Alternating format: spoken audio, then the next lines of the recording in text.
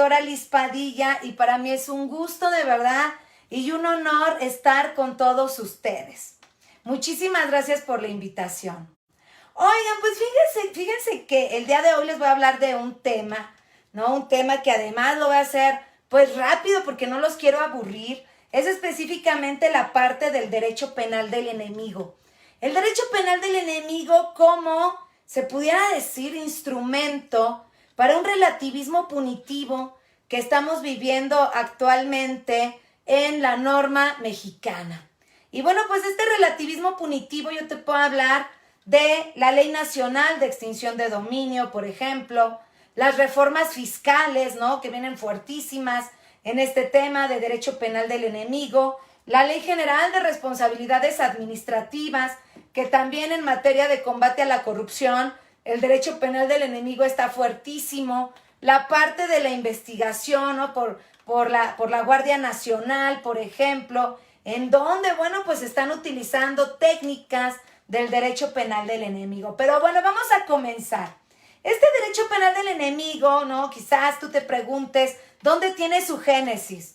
La génesis del derecho penal del enemigo, por supuesto, a nivel operativo, porque si nosotros hablamos desde una perspectiva teórica, pues la génesis del derecho penal del enemigo, bueno, pues es en Alemania, ¿no? En Alemania, con su creador en 1985, el profesor Günther Jacobs, y bueno, pues él crea este concepto de derecho penal del enemigo y se pone a describir en Alemania una serie de principios jurídicos para efecto de tratar de neutralizar, ¿no?, aquellos sujetos que se consideran como peligrosos. Es decir, ni siquiera son delincuentes comunes, sino son sujetos que han sido considerados como peligrosos.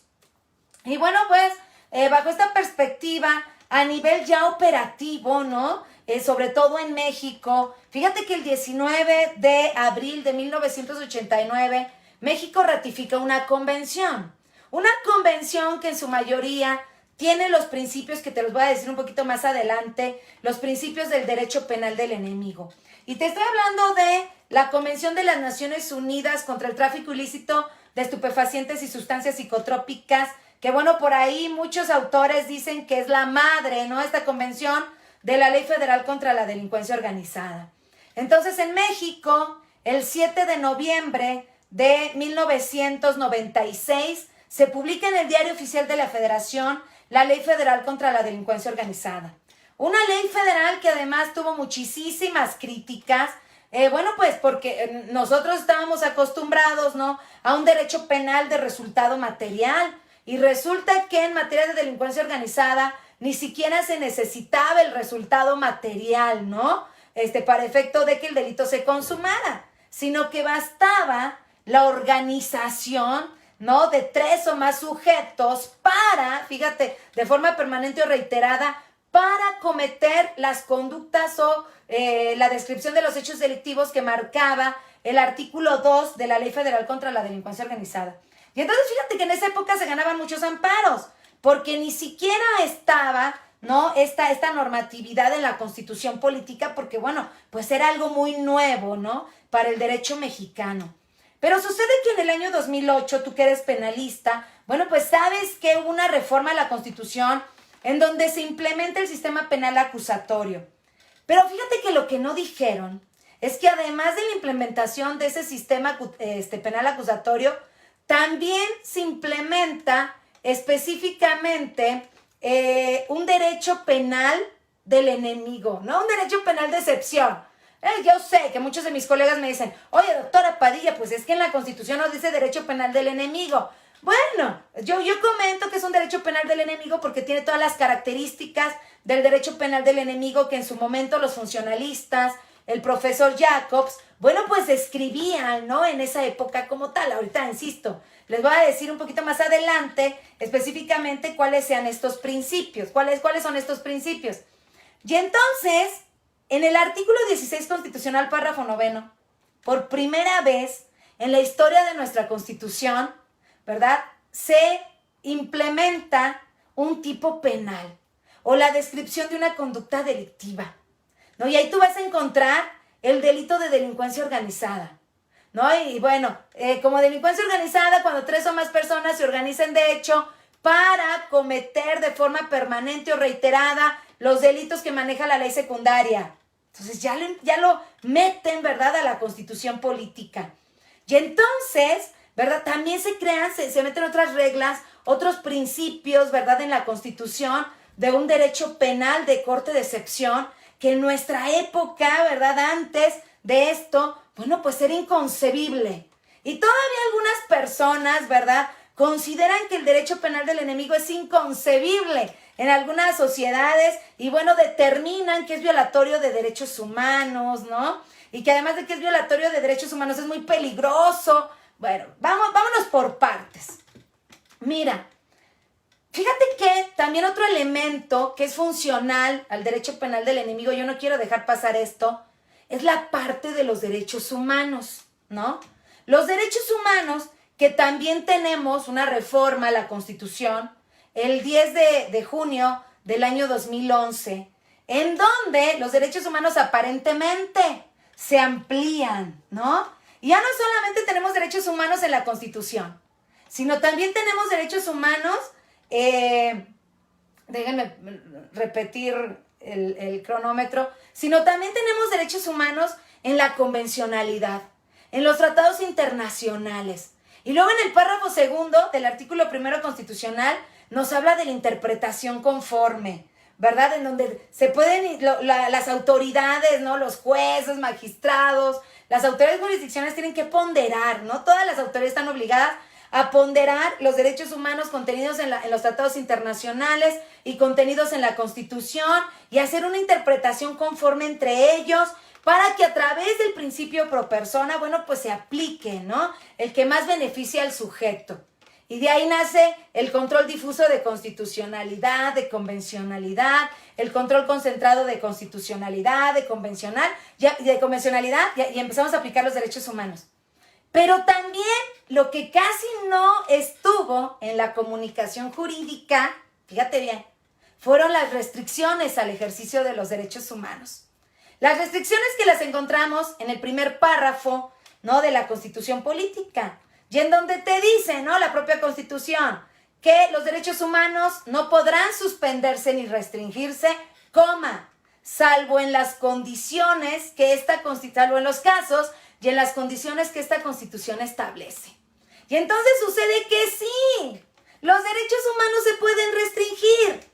Y entonces los derechos humanos, ¿verdad?, encontramos que sus restricciones están básicamente en 3 puntos jurídicos. Mira, el primer punto jurídico, la Constitución política, tiene restricción al ejercicio de los derechos humanos. Ejemplo, la prisión preventiva oficiosa, ¿no? Ejemplo, la reversión de la carga de la prueba. Ejemplo, el testigo protegido. Ejemplo, las prisiones de máxima seguridad, ¿no? Y entonces todas esas figuras están en la Constitución. Ahora te voy a decir exactamente dónde están.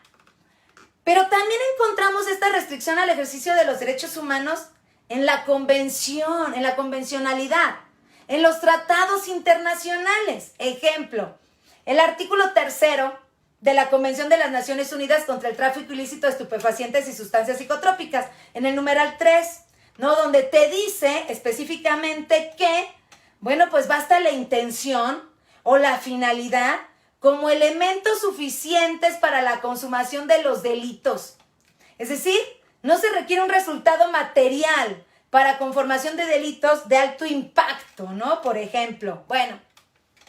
Y entonces, en la Convención Americana de Derechos Humanos, porque yo sé que tú eres jurista y yo sé que a la mente no te llega la convención, pero quiero decirte que en el propio artículo 30 de la Convención Americana de Derechos Humanos, tú chécalo, ¿no? Y vas a observar que ahí se permiten las restricciones al ejercicio de los derechos humanos, siempre y cuando estas restricciones se encuentren en la Constitución.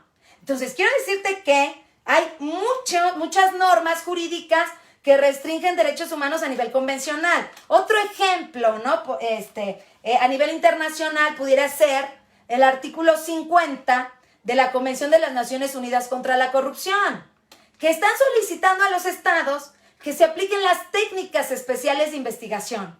Técnicas especiales de investigación tales como, pues, la entrega vigilada, la intervención de comunicaciones, por ejemplo, el seguimiento de personas, ¿no? ¿Para efecto de qué? Pues de que estos delitos pues se persigan mejor, ¿no? O se encuentren mejores técnicas. Bueno, y el otro punto donde encontramos esta restricción al ejercicio de los derechos humanos es en la jurisprudencia de la Corte. Entonces, recapitulamos. Primer punto, en la Constitución. Segundo punto, en los tratados internacionales. Y tercer punto, en la jurisprudencia de la Corte. Y fíjate que esto es súper importante que te lo diga. ¿Por qué? Porque de acuerdo al artículo 94 constitucional, párrafo 10º, ¿no? Nos dice que la jurisprudencia de la Corte es obligatoria. Y entonces nos remite al artículo 217, ¿no? De la ley de amparo, párrafo primero. Y el 217 de la ley de amparo te dice, la jurisprudencia de la Corte es obligatoria para todas las autoridades jurisdiccionales. Tribunales administrativos, del trabajo, los que todos, es obligatoria para todos. Tribunales colegiados de circuito, tribunales unitarios de circuito, jueces de distrito, jueces, etcétera, ¿no? Entonces, es obligatorio. Y mira, agrégale el artículo 61 de la ley de amparo, ¿no?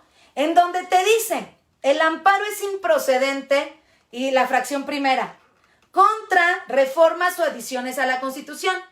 Entonces, si hay una reforma o una adición a la Constitución, por ejemplo, en materia de derecho penal del enemigo, pues evidentemente el amparo no va a prosperar.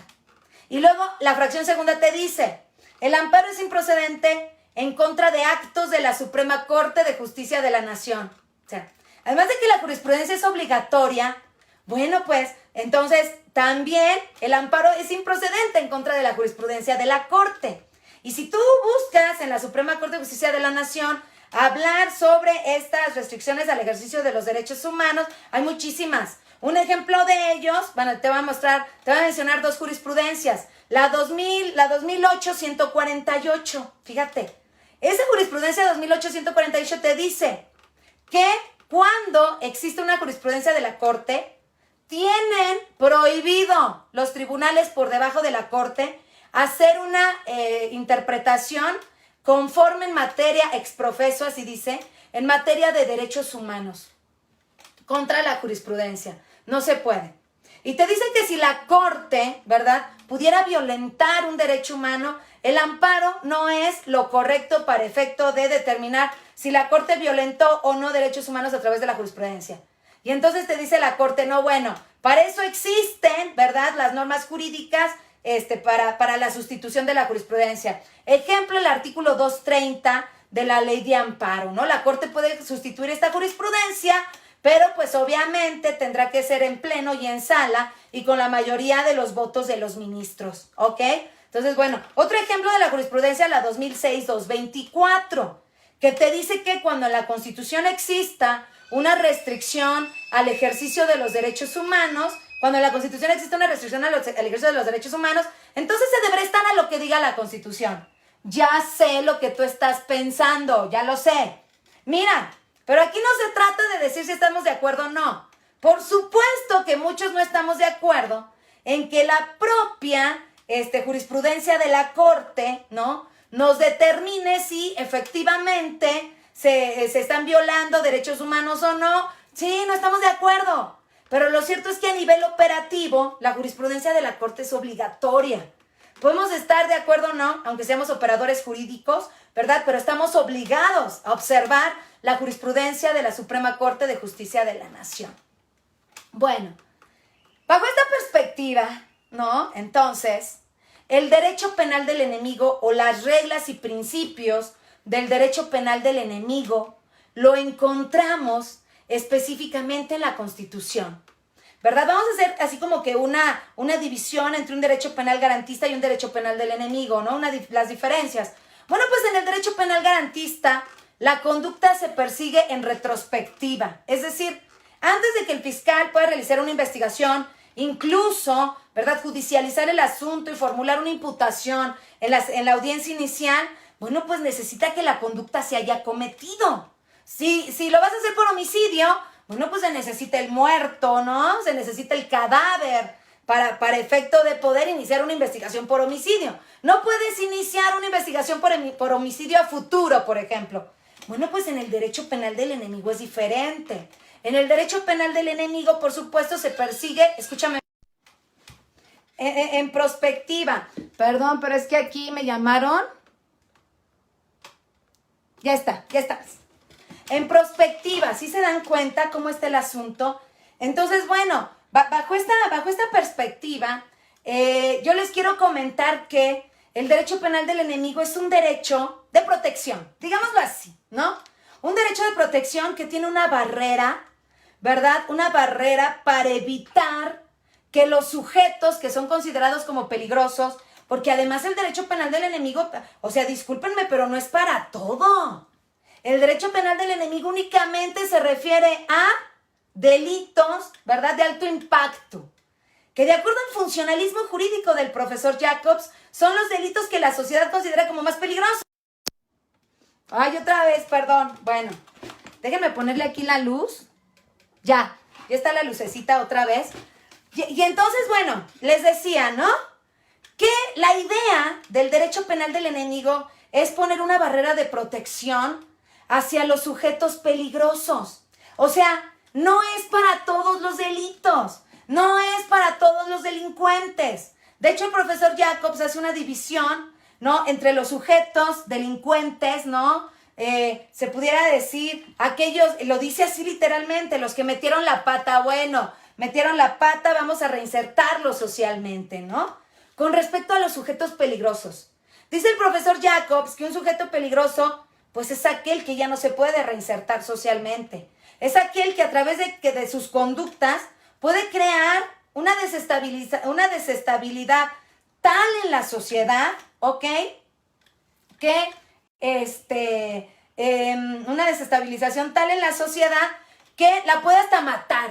Por ejemplo, en México, ¿no? Supongamos. ¿Cuáles son los delitos que nos causan mayor impacto? Bueno, secuestro. Entonces, el secuestro tiene que estar en el ámbito del derecho penal del enemigo. Si tú te fijas, es un delito que está en el artículo 2 de la Ley Federal contra la Delincuencia Organizada. Delitos contra la salud o narcotráfico. Bueno, pues está también en ese artículo. Trata de personas, pornografía infantil, por ejemplo, corrupción de menores, ¿no? Robo de hidrocarburos, operaciones con recursos de procedencia ilícita o lavado de dinero. Todo eso al derecho penal del enemigo. Entonces, que quede claro, el elemento básico del derecho penal del enemigo, o para que un delito forme parte de ese derecho penal del enemigo, tiene que ser un delito de alto impacto para la sociedad. ¿Te das cuenta? Entonces, bajo esa perspectiva, mis queridos amigos, ahí se da la parte del adelantamiento de la punibilidad. ¿Dónde encontramos este adelantamiento de la punibilidad? Mira, muy sencillo. Tú te vas al artículo 2 de la Ley Federal contra la Delincuencia Organizada y ahí te va a decir, escúchame bien, cuando 3, porque tiene que ser 3 o más, aquí no es de 2, no. Cuando 3 o más personas se organicen de hecho, tiene que haber una organización de hecho. La fiscalía lo que sí tiene que investigar es que existe una organización de hecho ¿no? Que existe una organización estructural. Y luego dice, para cometer de forma permanente o reiteradas que por sí o unidas a otras, ¿verdad?, tengan como fin, ¿ya te diste cuenta? Tengan como fin o hayan cometido, pero cuando tú hablas tengan como fin, ya estás hablando del futuro, ¿no? O sea, basta el hecho de organizarse para cometerlos. No necesitas cometerlos. Basta con que te organices. Es ahí donde está el ámbito de la protección. ¿Ya te diste cuenta? Estás protegiendo a la sociedad para que si este sujeto se está organizando, por ejemplo, para secuestrar, ¿no? Entonces, antes de que el sujeto secuestre, los voy a privar de la libertad por delincuencia organizada y secuestro. ¿Ya te diste cuenta cómo está? No necesitas la materialización de la conducta, sino que en derecho penal del enemigo, la materialización de la conducta se daría meramente en la organización, de acuerdo al artículo 2 de la Ley Federal contra la Delincuencia Organizada. Entonces, bueno, en un principio, esto es la idea básica del profesor Jacobs, ¿no? Y bueno, de todos los seguidores, incluyéndome, del derecho penal del enemigo. Pero fíjate que en México vamos más allá de. ¿Por qué? Porque en México no solamente estamos en la parte del adelantamiento del estado de la punibilidad, sino que también existe en México, que esto lo criticó incluso el profesor Jacobs. El profesor Jacobs dijo, no, bueno, o sea, México, ¿qué te pasa? ¿Por qué estás haciendo eso, no? ¿Saben qué hizo México? Lo siguiente, fíjate nada más, lo siguiente, adelantó el adelantamiento del estadio de la punibilidad, así como te digo. Es decir, se fue un paso más atrás. O sea, tienes la barrera del adelantamiento. México crea otra barrera del adelantamiento. Crea una barrera del adelantamiento del adelantamiento. ¿Eso dónde lo puedes encontrar? Lo puedes encontrar en el artículo 2 bis de la Ley Federal contra la Delincuencia Organizada. ¿Y a qué voy? A que el artículo 2 bis dice, basta con que se organicen en concierto, es decir, con que planeen organizarse. O sea, por el simple hecho de planear, ni siquiera te has organizado, pero por el simple hecho de organizarte para cometer las conductas, entonces también por ese simple hecho serás considerado como miembro de la delincuencia organizada y además se te podrá procesar, ¿verdad?, como miembro de la delincuencia organizada y sentenciar además. Por supuesto que no es tan fácil como yo les digo, porque la fiscalía, bueno, pues tendrá que demostrar, tendrá que acreditar que existió esta planeación para la organización, o sea, de que ya debe haber una organización, como te dije, bien estructurada para la comisión de esos delitos. ¿Sí te das cuenta cómo está el asunto? Y eso en un derecho penal normal, bueno, pues no puede suceder incluso. Pero fíjate que otro de los elementos en materia de delincuencia organizada son los beneficios a cambio de información. ¿Ok? Estos beneficios a cambio de información que nosotros los encontramos en el artículo 20 constitucional, ¿no? 20 constitucional, apartado B, fracción tercera, párrafo segundo, ¿no? Cuando te dicen, en delincuencia organizada, ¿sí te das cuenta? En delincuencia organizada se podrán utilizar beneficios a cambio de información. Es lo que llamamos el testigo colaborador o el testigo protegido. En la Convención de las Naciones Unidas contra la Corrupción, en el artículo 32, tenemos esa figura, ¿no? El testigo protegido. En la Convención de las Naciones Unidas contra el tráfico ilícito de estupefacientes y sustancias psicotrópicas, tenemos también el testigo colaborador y el testigo protegido. ¿Cuál es la diferencia, no? Más bien, ¿cuál es la característica básica del testigo colaborador y del testigo protegido? Bueno, pues que estos sujetos debieron haber participado en la comisión de los ilícitos. O sea, son autores o son copartícipes, pero como que se arrepintieron, ¿no? En Argentina sí se le llama una ley anticorrupción, la ley de los arrepentidos. Como que se arrepintieron y dijeron, a ver, fiscalía, vengo a dar toda la información. La información que tú necesites para, pues, poder localizar a las cabezas, a los jefes, ¿no? Para decirte cómo opera la organización criminal y además para efecto de que puedas tú detectar o crear líneas de investigación. Es bien importante que yo te diga que este testigo colaborador, beneficios a cambio de información y el testigo protegido en la Constitución, tú lo encuentras en el 20 constitucional, apartado B, fracción quinta, párrafo segundo. Ahí lo encuentras, ¿no? El testigo protegido. Bueno, pues, además la fiscalía tendrá que checar toda esa información y tendrá que determinar si efectivamente esa información, bueno, pues le sirve para la investigación que está llevando a cabo. O que ella decidirá si, bueno, pues a ese sujeto lo hace testigo colaborador y lo protege. Entonces, la característica es esa, ¿no?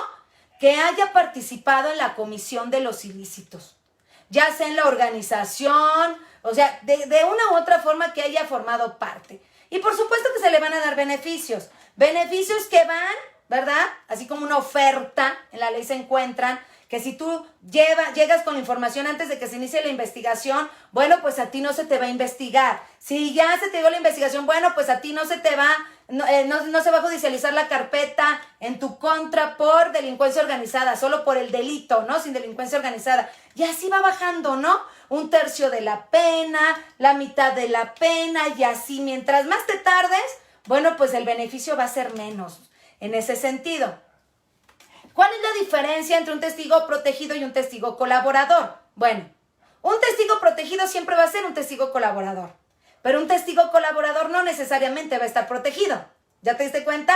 El testigo protegido, bueno, pues existe un protocolo de actuación, tú lo conoces en materia penal, ¿ok? Con respecto a la protección de víctimas y de testigos, ¿ok?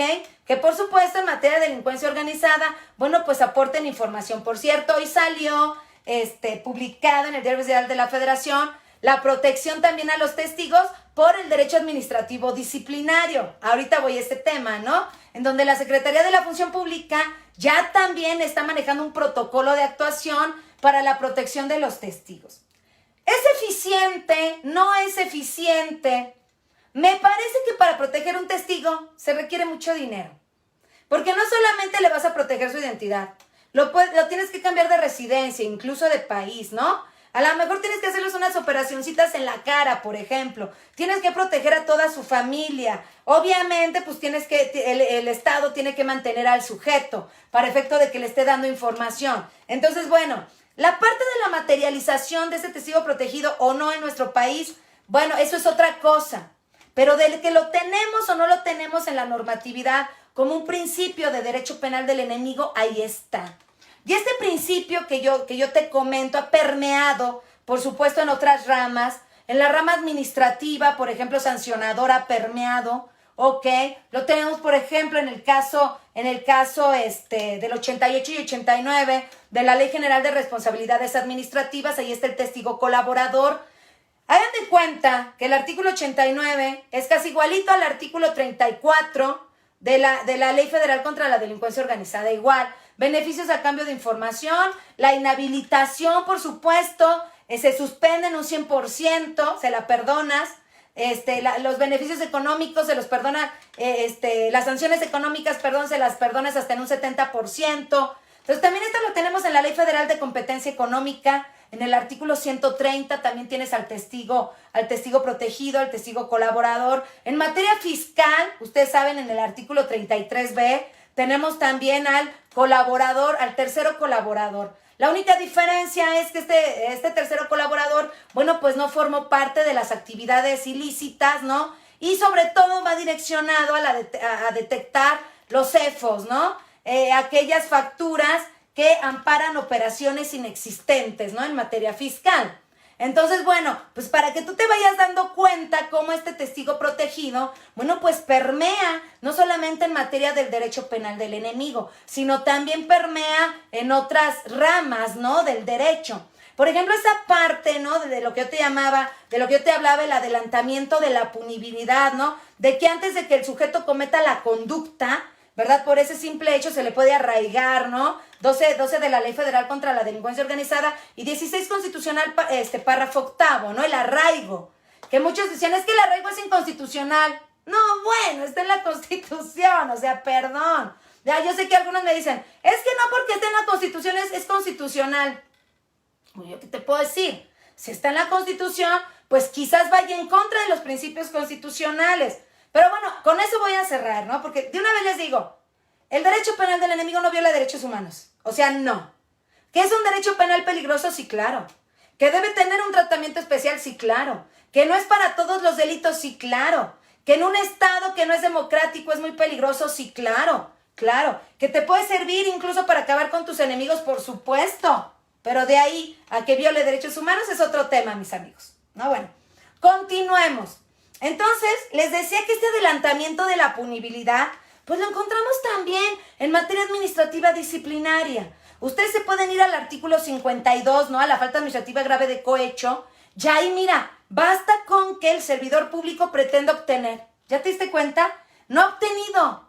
Solamente pretendió, pero no le dieron nada. Pues con el simple hecho de pretender obtener, sin causar un daño a la hacienda pública, un daño económico, por ejemplo, bueno, pues por ese simple hecho se consuma la falta administrativa grave y puede llegar a inhabilitaciones hasta de 20 años, ¿no? De inhabilitación. Entonces, imagínate cómo, insisto, va permeando ahora en materia de extinción de dominio. Ese es un tema sasazo, el adelantamiento de la punición. Aunque ustedes saben, la extinción de dominio, ¿no? Como lo prevé el 22 constitucional, es materia civil. Y así te lo marca, ¿no?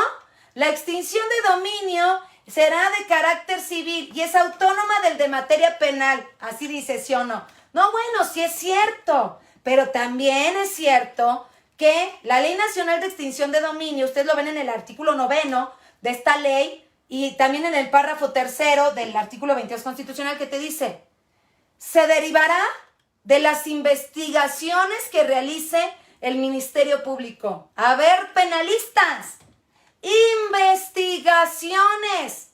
En las investigaciones, ¿qué se obtienen, mis amigos? ¿Datos de prueba?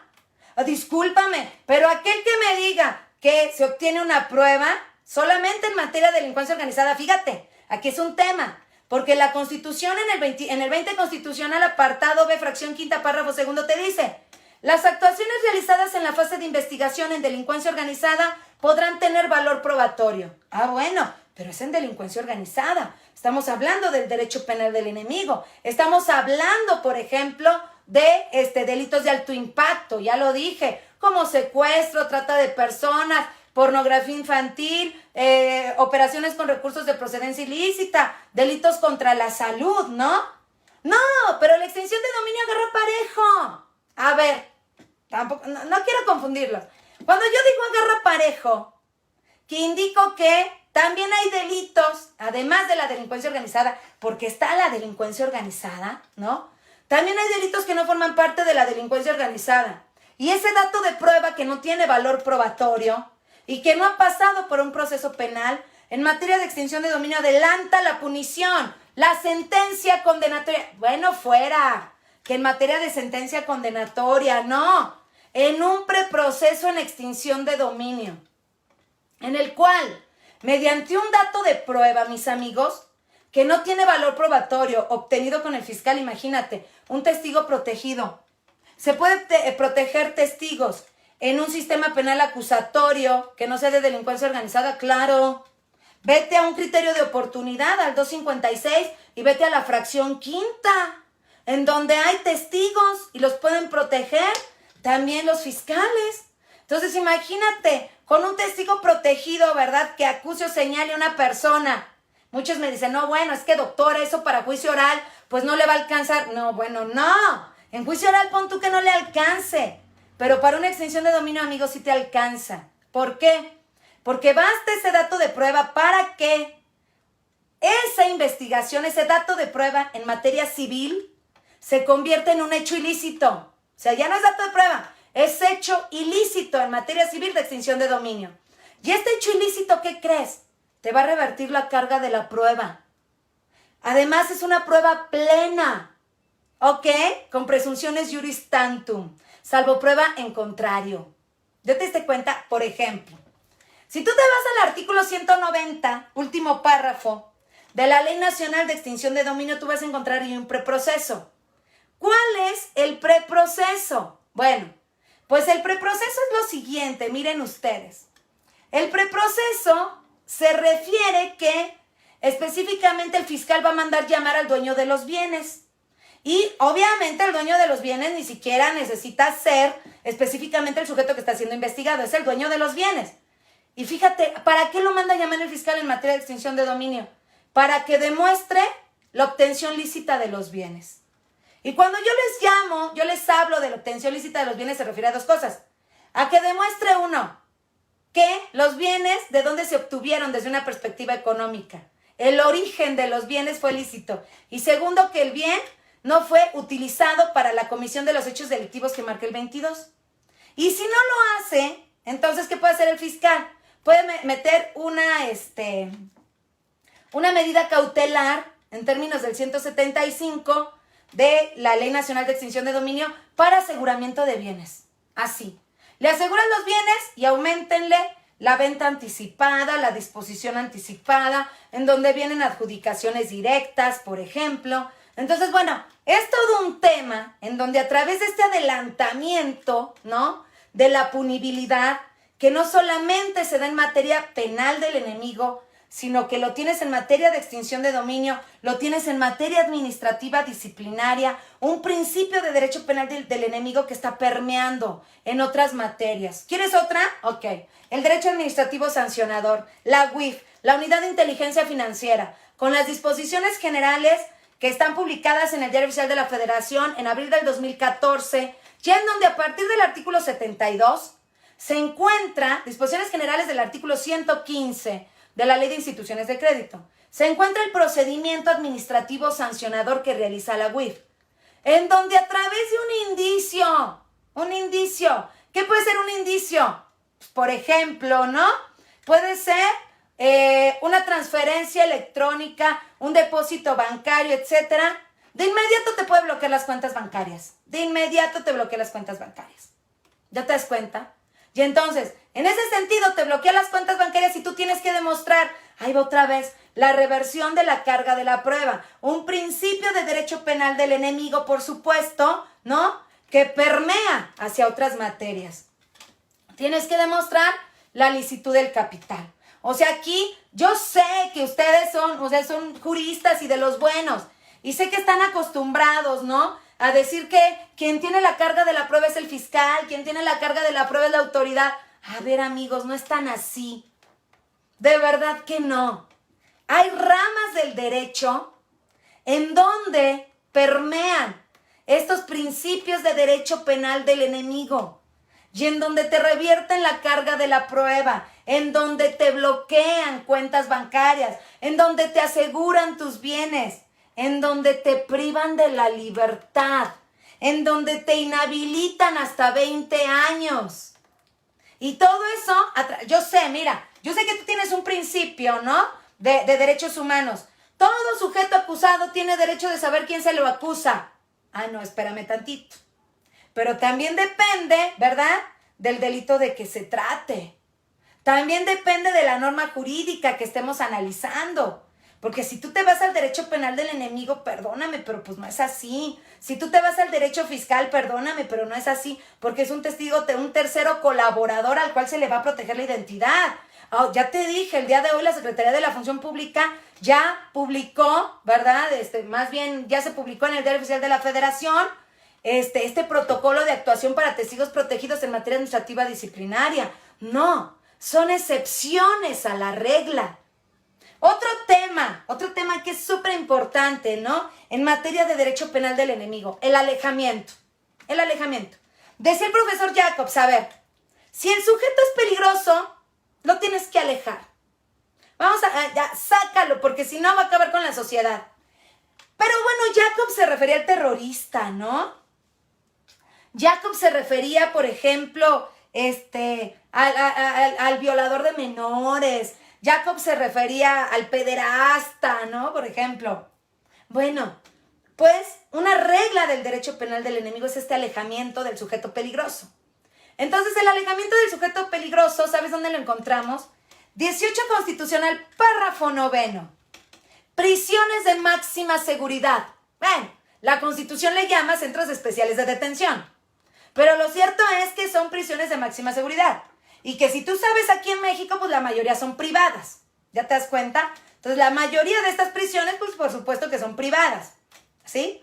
Y entonces, bajo esa perspectiva, les comento que esta medida de alejamiento, que no necesariamente se refiere a miembros de la delincuencia organizada, mira, si a un sujeto que está interno, ¿no?, en un centro de readaptación social y que además sea estatal por un delito que no sea de delincuencia organizada, y entonces el análisis, ¿cómo se llama?, penitenciario, ¿no?, de la cuestión psicológica, de la cuestión social del sujeto, eso puede bastar, un dictamen de ese tipo, para que al sujeto que ni siquiera es miembro de la delincuencia organizada, lo trasladen a una prisión de máxima seguridad. ¿Ya te diste cuenta? Basta que el delito haya tenido una medida cautelar de prisión preventiva, sea justificada o sea oficiosa. ¿Sí? Pero si sales examen del sistema penitenciario, de las autoridades penitenciarias, te lo mandan a una prisión de máxima seguridad para el alejamiento. ¿Ya te das cuenta? Y una prisión de máxima seguridad, bueno, tú sabes que es la muerte aquí en México. Bueno, en todas las prisiones, ¿no? Pero por lo menos en las prisiones de mediana seguridad convives con los presos, etcétera, etcétera. No son tan caras, ¿no? Como las de máxima seguridad aquí en México. ¿Te das cuenta? Bueno, pues esta medida de alejamiento también la retoma el derecho administrativo disciplinario y a través de una medida cautelar. La medida cautelar, bien fácil, tú vete a la Ley General de Responsabilidades Administrativas y te vas a dar cuenta que en el artículo 124, fracción primera, te habla suspensión temporal del servidor público. ¿Qué quiere decir? Que al servidor público lo suspenden temporalmente. Oye, doctora Padilla, pero es que una sentencia viola derechos humanos. No, a ver, espérenme tantito, no viola derechos humanos, por favor. La medida cautelar, chécate el 102, apartado A, fracción sexta, párrafo segundo. Medida cautelar, ahí está. Entonces, la medida cautelar es absolutamente constitucional. Por supuesto, no es nada más de que lo quiero alejar, no es nada más de que la prisión preventiva justificada, no. Tú sabes, ¿no?, que las autoridades, en este caso el fiscal en materia administrativa disciplinaria, la autoridad investigadora, tú sabes que las autoridades tienen que razonar la necesidad de la medida. Y tienen que hacer toda una teoría del caso, presentar dato de prueba, por supuesto, tendrán que presentar ¿cómo se dice?, los elementos fácticos, el elemento normativo, para efecto de que esa medida cautelar no se caiga en amparo. Entonces, ya te diste cuenta, esta parte específica de un principio de derecho penal del enemigo que permea en otras áreas, ¿no? En otras áreas del derecho. Oigan, pues hay un tema, ¿no?, que en materia de derecho penal del enemigo es súper controvertido. El tema de la presunción de inocencia. Sí, ya sé. Muchos de ustedes han de estar pensando, oye, doctora, pues oye, ¿qué lío con la presunción de inocencia? A ver, si ustedes están pensando que la presunción de inocencia es que el sujeto se presume inocente hasta que se le demuestre lo contrario, están equivocadísimos. Equivocadísimos, no, hombre. Eso no es la presunción de inocencia, por lo menos aquí en México. Por lo menos aquí en México no es la presunción de inocencia. La presunción de inocencia, ustedes lo encuentran en el 20 Constitucional, apartado B, fracción primera. Y jamás dice, nunca, se presume inocente hasta que no se le demuestre lo contrario. No, no es cierto. Dice, el sujeto se presume inocente hasta que no se dicte una sentencia emitida en su contra por el juez de la causa. Okay. Cambian las cosas, ¿no? En el derecho penal del enemigo en delincuencia organizada, el sujeto se le sigue presumiendo inocente, pero se le tiene que internar en una prisión de máxima seguridad. Se aplican las técnicas especiales de investigación, intervención de comunicaciones, cuentas bancarias, financieras, que además de intervención de comunicaciones, ustedes saben que también la tenemos en el derecho penal normal. ¿Ya te das cuenta? Y miren, se los prometo que la Secretaría de la Función Pública va a tratar de sacar un protocolo con una intervención de comunicaciones. Van a ver si no. Que ahorita la única línea que tienen, pues es específicamente la parte de acudir al derecho penal en el Comité Coordinador del Sistema Nacional Anticorrupción.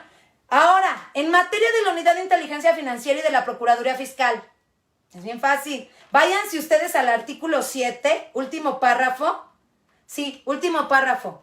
De la ley, escúchenme bien, de la Ley para la Prevención e Identificación de Operaciones con Recursos de Procedencia Ilícita, la ley antilavado. En el último párrafo de esa ley te dice que tanto la Procuraduría Fiscal como la Unidad de Inteligencia Financiera pueden utilizar las técnicas de investigación que prevén en el Código Nacional de Procedimientos Penales en materia penal y en la Ley Federal contra la Delincuencia Organizada. Así como lo escuchas, búscala. La propia normatividad le otorga a la Procuraduría Fiscal y a la Unidad de Inteligencia Financiera la intervención de comunicaciones, cuentas bancarias, financieras, fideicomisos, seguimientos de personas, entrega vigilada, agentes infiltrados, todo lo que ustedes observen en el artículo 11 bis 1, lo van a encontrar en esas ramas del derecho, ¿no? En materia fiscal, por ejemplo, en materia penal, en materia de derecho penal del enemigo. Cuando, por supuesto, que esta intervención de comunicaciones no es porque tú quieras, no es porque el fiscal quiera. Tiene que haber un control judicial, ¿verdad? Como lo determinan el artículo 22, 23, 24 de la Ley Federal contra la Delincuencia Organizada, la propia Constitución, ¿no? En su artículo 16 constitucional, párrafo 13. Entonces, tiene que haber un control judicial y tú tienes que decirle al juez, ¿verdad? De control a nivel federal, exactamente, o estatal, exactamente por qué quieres esa intervención en materia de comunicaciones. Y bueno, pues ya te la dará por determinado tiempo, hacia qué números telefónicos, hacia qué persona, etcétera, etcétera. Pues fíjense ustedes que el mismo artículo 130 del Código Nacional de Procedimientos Penales prevé esa parte, ¿no? La carga de la prueba la tendrá quien acusa. Ah, ok, está bien. Coma. De acuerdo al tipo penal de que se trate. Ya hay tipos penales como el de delincuencia organizada que revierte la carga de la prueba. Otro, 400 bis, operaciones con recursos de procedencia ilícita. Vete a la fracción segundo, último párrafo. Y demuestre la legítima procedencia. Reversión de la carga de la prueba para demostrar la legítima procedencia. Enriquecimiento ilícito, ¿no? 224 del Código Penal Federal. Tendrá que demostrar la licitud de los bienes. En materia administrativa disciplinaria, enriquecimiento oculto. Y no pueda demostrar su legítima procedencia. Entonces, muchísimos de los principios de derecho penal del enemigo, mis amigos, ya se me agotó el tiempo. Yo creo que ya hasta los aburrí. Disculpe, ya hasta los aburrí. Es que yo me apasiono muchísimo con estos temas. Ese es lo que les quiero decir. Miren ustedes. Que muchísimos, ¿hacia dónde va nuestra norma jurídica? Más la actual, la que está saliendo. La reforma penal fiscal. Acuérdate, ¿no? Empezaron metiendo contrabando a delincuencia organizada. Ya metieron defraudación fiscal a delincuencia organizada. Ya, claro, defraudación fiscal calificada, 7.8 millones de pesos. Ya metieron los CEFOS, las facturas electrónicas que amparan operaciones inexistentes. Ya las metieron a delincuencia organizada. La nueva reforma fiscal que viene para el 2021, en el artículo 5A del Código Fiscal de la Federación, último párrafo, le está abriendo la puerta al derecho penal del enemigo y al derecho penal. ¿Por qué digo al derecho penal del enemigo? Porque si ya tienes delitos fiscales en delincuencia organizada, ya le estás abriendo la puerta al derecho penal del enemigo, ¿no? Quiero decirles que en derecho penal del enemigo, voy a cerrar con esto, ¿no? En derecho penal del enemigo, mis amigos, no hay beneficios penitenciarios. No los hay. Tienes que cumplir la condena de punta a cola. No hay libertades anticipadas. ¿Ok? Las penas son extremadamente altas. Si ustedes se van al artículo 4 de la Ley Federal contra la Delincuencia Organizada, son de 20 a 40 años de prisión. Por delincuencia organizada, más la punibilidad de los delitos, ¿no? Que se tienen. Entonces, imagínate que por una sola conducta, o sea, ese es el tema de uno de mis libros que ya casi termino, espero terminarlo este año, si no el que entra, porque ya se vienen las fiestas y la verdad que sí me voy a ir de fiesta. Bueno, o sea, imagínate que por una sola conducta puedas investigar a una persona por delincuencia organizada. La puedes investigar por extinción de dominio, le puedes iniciar un proceso de extinción de dominio o un preproceso. Le puedes iniciar un proceso o una investigación en materia administrativa disciplinaria si es un servidor público y o particular. Le puedes iniciar un proceso administrativo sancionador por bloqueo de cuentas bancarias, ¿no? Ante la Unidad de Inteligencia Financiera. ¿Te das cuenta cómo está el asunto? Ustedes me dirán, ay, doctora Padilla, a ver, doctora, ¿qué no conoce el principio non bis in idem? No, están equivocados. Equivocados. ¿Saben a qué se refiere el principio non bis in idem? Y la Constitución, amigos, ya lo resolvió. Tenemos una Constitución maravillosa, inteligentísima. ¿Saben dónde lo resuelve? Ahí les va. 109 Constitucional, fracción cuarta, párrafo segundo, última parte. El principio non bis in idem se refiere únicamente a que no se puede aplicar sanciones, escúchenme bien, de la misma naturaleza, no a que no se pueda sancionar. Ejemplo, en materia penal podemos tener una sanción de pena privativa de libertad, ¿no? Una pena privativa de libertad. En derecho administrativo disciplinario, por ejemplo, un cohecho, acá hay un cohecho en derecho administrativo disciplinario como falta administrativa grave. Entonces aquí la sanción, amigos, será una indemnización a la hacienda pública y una sanción económica y una inhabilitación de 20 años. Pero no puede haber una sanción de pena privativa de libertad porque ya está acá. Y además es naturaleza propia del derecho penal. Pero las demás sí pueden. Ustedes chequen el artículo 212 del Código Penal Federal y hay penas administrativas, hay inhabilitaciones de hasta 20 años. Pero como aquí el Tribunal de Justicia Administrativa ya inhabilitó, no lo puede hacer. Pero sí puede imponer una pena privativa de libertad. En materia de extinción de dominio, las sanciones son distintas, porque en materia de extinción de dominio es específicamente eso, extinguir el dominio de los bienes, que es diferente a la inhabilitación, a la pena privativa de libertad, a la sanción económica, etcétera. En el bloqueo de cuentas bancarias, ¿la sanción cuál es? Pues esa, bloquearte cuentas bancarias. Son sanciones diversas. ¿Ya se dieron cuenta entonces? Principio non bis in idem no aplica, mis amigos. Búsquenlo a nivel internacional. Si quieren más información, en mi libro Tópicos Jurídicos de Combate a la Corrupción, ahí viene un apartado específico del principio non bis in idem. Y ahí te señala exactamente, con jurisprudencia inclusive del Tribunal Europeo, ¿verdad? En donde el principio non bis in idem se refiere a la sanción. No a que no te puedan investigar por otros procedimientos. La Corte ya se pronunció. Es la misma persona, los mismos hechos, pero el derecho es diferente. O sea, son procedimientos autónomos que a través de un hecho pueden estar. ¿Te das cuenta cómo está? ¿Es grave? Sí, claro. Lo considero como grave. ¿Por qué razón? Aunque yo estoy a favor del derecho penal del enemigo para los delitos de alto impacto, mis amigos, estoy consciente que es un derecho penal, y Jacobs lo decía, es un derecho penal de guerra. O sea, le vamos a hacer la guerra a los peligrosos. ¿Quiénes son los peligrosos? Los narcos. ¿Quiénes son los peligrosos? La delincuencia organizada. Pero si tú metes a los contribuyentes, no. Estás usando mal el derecho penal del enemigo. Lo estás usando mal. ¿Por qué? Porque el espíritu del derecho penal fiscal es la recuperación de activos, que le paguen a la hacienda pública. No que los metas en prisión, en condenas, porque nunca les dan la mínima. Ustedes son penalistas. Nunca les dan la mínima. Entonces, la mínima son 20, la máxima 40. Les van a echar 30 años. No, imagínate un procedimiento abreviado. Entonces, no, va en contra del espíritu. Estamos en un estado que no es democrático, de verdad. Es populista, chequen las normas, el populismo punitivo. Entonces, bajo esa perspectiva, sí, el derecho penal del enemigo, México. No me atrevo a decir de otros países porque la verdad no estoy en otros países y respeto mucho a mis hermanos latinoamericanos y a los europeos y a todos, ¿no? Entonces, pero México no está preparado para la aplicación del derecho penal del enemigo. Desde una perspectiva procesal, cuando México es el país número 1 de corrupción de la OCDE y el número 4 de Latinoamérica, solo por detrás de Venezuela, Haití y República Dominicana, un derecho penal del enemigo es absolutamente peligroso en este país. Absolutamente peligroso. ¿Que viola derechos humanos? No. No. ¿Por qué? Porque el derecho penal del enemigo tiene el principio de legalidad.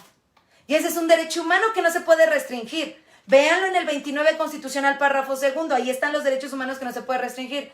Rescaten la legalidad y rescaten el principio de retroactividad. Lo mismo en el 27, párrafo 2 de la Convención Americana de Derechos Humanos.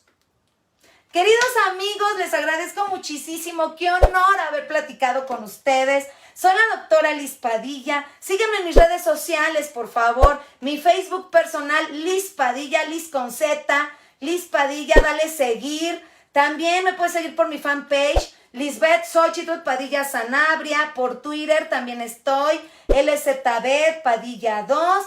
También, bueno, en mi canal de YouTube hay un montón de videos. Ahí ustedes encuentran un video de una hora y media donde hablo de los principios procesales del derecho penal del enemigo. Doctora Liz Padilla Oficial. Ese es mi canal de YouTube. Suscríbete. Cada semana yo subo un video nuevo de 10, 15 minutitos, ¿verdad? Para efecto de que ustedes puedan tener acceso gratuito a normas jurídicas. ¿Quieres ver mis fotografías? En Instagram tengo un montón de fotografías. Doctora-Liz-Padilla. Muchísimas gracias a todos. Miren, no alcanzo a ver las preguntas porque está un poquito alejada la cámara, pero ahorita ya que terminemos las voy a checar y las voy a contestar en la medida de lo posible. Les mando un beso como siempre. Muchísimas gracias. Soy la doctora Liz Padilla y bueno, los espero en mis redes sociales.